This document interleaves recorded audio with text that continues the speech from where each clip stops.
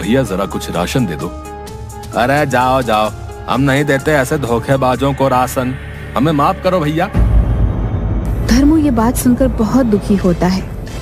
भैया मैं सालों से तुम्हारे यहाँ से ही राशन लेता आया हूँ और आज तुम ऐसा कह रहे हो।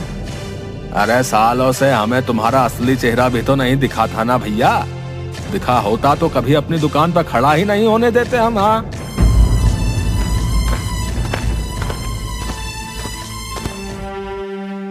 दुकान वाले ने तो कुछ भी राशन नहीं दिया, 2 दिन से काम पे भी नहीं गया हूँ।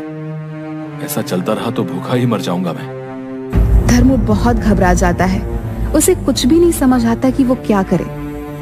वो काफी देर तक सोचता रहता है कि ऐसा ना हो कि उसे गांव वाले जाने की धमकी दे दे।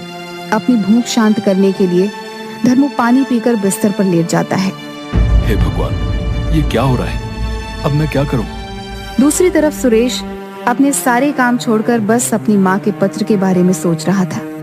न जाने माँ कैसी होगी, मेरी बीवी सब कैसे संभाल रही होगी।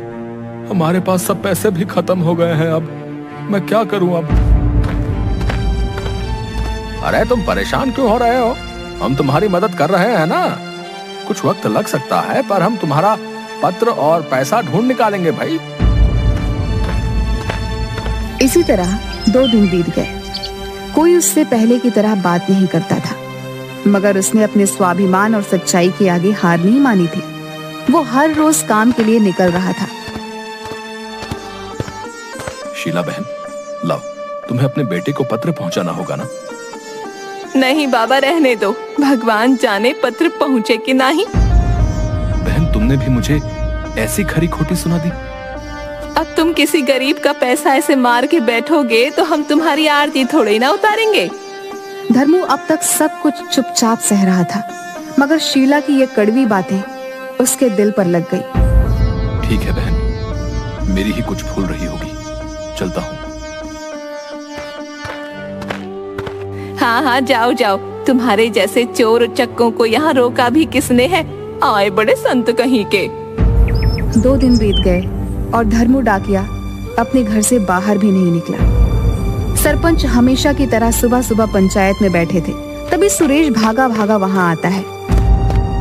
अरे सुरेश, ऐसे क्यों भाग रहे हो भाई, क्या बात हो गई?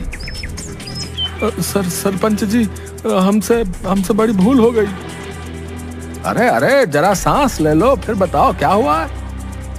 बहुत बड़ी भूल हो गई हमसे, धर्मू भैया बेकसूर हैं, उन्होंने कुछ नहीं किया, मुझे मेरा पत्र और पैसे दोनों मिल गए हैं। क्या?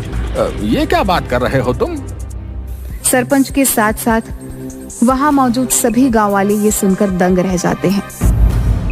ठीक से बताओ क्या हुआ, कहाँ से मिल गया पत्र और पैसा भाई? सरपंच जी, मुझसे बड़ी भूल हो गई। सारा पत्र तो धर्मू भैया ने लिखा था, मगर उस पर पता मैंने डाला था। मैं ठहरा अनपढ़ गवार, मैंने गलत सलत पता लिख दिया। डाकिया जब पत्र लेकर शहर गया तो वो पता नहीं मिला ही नहीं। 1 हफ्ता इसलिए लग गया क्योंकि धर्मू भैया ने उसे कहा था कि पत्र पहुंचाना बहुत जरूरी है, तो वो शहर में उस पते को खोजता रहा। इतना ही नहीं, धर्मू भैया ने अपने पास से कुछ पैसे भी दिए थे मेरा पत्र जल्दी पहुंचाने के लिए। अरे अब तब तो हमसे बड़ी भूल हो गई है भैया धर्मू को पहचानने में। वो दूसरा डाकिया जिससे धर्मू भैया ने पत्र भेजा था, वो आज ही मेरे पास आया और आके मुझे मेरा पत्र और पैसा लौटा के गया है। मैंने बड़ा पाप कर दिया सरपंच जी, धर्मू भैया पे शक करके। अरे तुम ही क्यों, हम सबसे भूल हुई है भैया, हमें चल के उससे माफी मांगनी चाहिए। फिर रमेश, सरपंच जी और गांव के कुछ लोग धर्मू के घर की तरफ चल पड़ते हैं। धर्मू, दरवाजा खोलो भाई। धर्मू भैया, मैं सुरेश, दरवाजा खोलिए, हमें आपसे बात करनी है। बहुत देर तक धर्मू का दरवाजा खटखटाने के बाद कोई भी बाहर नहीं आता। कहीं ऐसा तो नहीं कि धर्मू गांव छोड़ के कहीं चला गया भाई?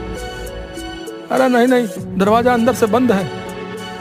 तो कहीं ऐसा ना हो कि इतना सब सुनने के बाद उन्होंने कोई गलत कदम उठा लिया हो भाई? अरे भाई, ये सब क्या बोले जा रहे हो हैं? शुभ शुभ बोलो। चलो ये दरवाजा तोड़ते हैं।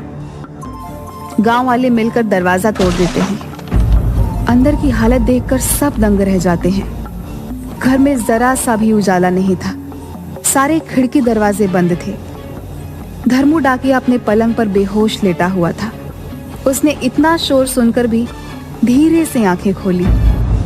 अरे भैया, ये आपने अपना क्या हाल बना लिया है। मुझे माफ कर दो, मैंने आपकी ईमानदारी पे शक किया। आप सही थे, भूल मुझसे हुई। मुझे मेरे पत्र और पैसे वापस मिल गए। अच्छा हुआ भैया। अब माँ कैसी है? धर्मू की बात सुनकर सुरेश की आंखों में आंसू आ गए। उसने धर्मू की हथेली पकड़ ली और माफी मांगने लगा। धर्मू, तुमने अपना ये क्या हाल कर लिया है भाई? मैंने इतने साल इस गांव की सेवा करके बस विश्वास और मान सम्मान ही कमाया था। मैं उसे ऐसे टूटा हुआ देखकर खुद भी टूट गया, इसलिए मेरी ये हालत हो गई। अब हम सबको माफ कर दो धर्मू। हमें तुम्हारे साथ ऐसा व्यवहार नहीं करना चाहिए था। हमसे भूल हो गई भाई। कोई बात नहीं, मैंने आप सबको माफ कर दिया है। आप परेशान ना हो। और हाँ, मेरा एक काम जरा जल्दी से कर दो। अब कौन सा काम? मीरा दीदी है ना, जिनके पति फौज में है। देखो, मैंने उधर उनके पति के नाम से एक पत्र लिख के रखा है, जरा उन तक पहुंचा दो। सब लोग धर्मू की बात सुनकर हैरान हो जाते हैं। तुम उनके पति के नाम से पत्र लिखकर क्यों भेजते हो? हाँ सरपंच जी, उनके पति को मरे हुए अब साल भर होने को आया है। अगर मैंने उन्हें ये सच बता दिया तो वो जीते जी मर जाएगी। इसलिए उनके पति के नाम के झूठे पत्र लिख देता हूँ। कम से कम इसी सहारे वो जिंदा तो रहेगी। धर्मू की बात सुन के सबकी आंखों में आंसू आ जाते हैं। अब तुम बहुत अब महान आदमी हो धर्मू। हम एक बार फिर से तुमसे माफी मांगते हैं। और हाँ, तुम भी अब अपनी सेहत सही कर लो भाई, क्योंकि कल से तुम्हें ही फिर से सब पत्र पहुंचाने हैं, क्योंकि तुम ही हमारे गांव के नंबर 1 डाकिया हो भाई। सरपंच की बात सुन धर्मू के चेहरे पर एक मुस्कान आ जाती है। जी जरूर। इसके बाद धर्मू पहले की तरह हर रोज खुशी खुशी गांव वालों की सेवा में लग जाता है।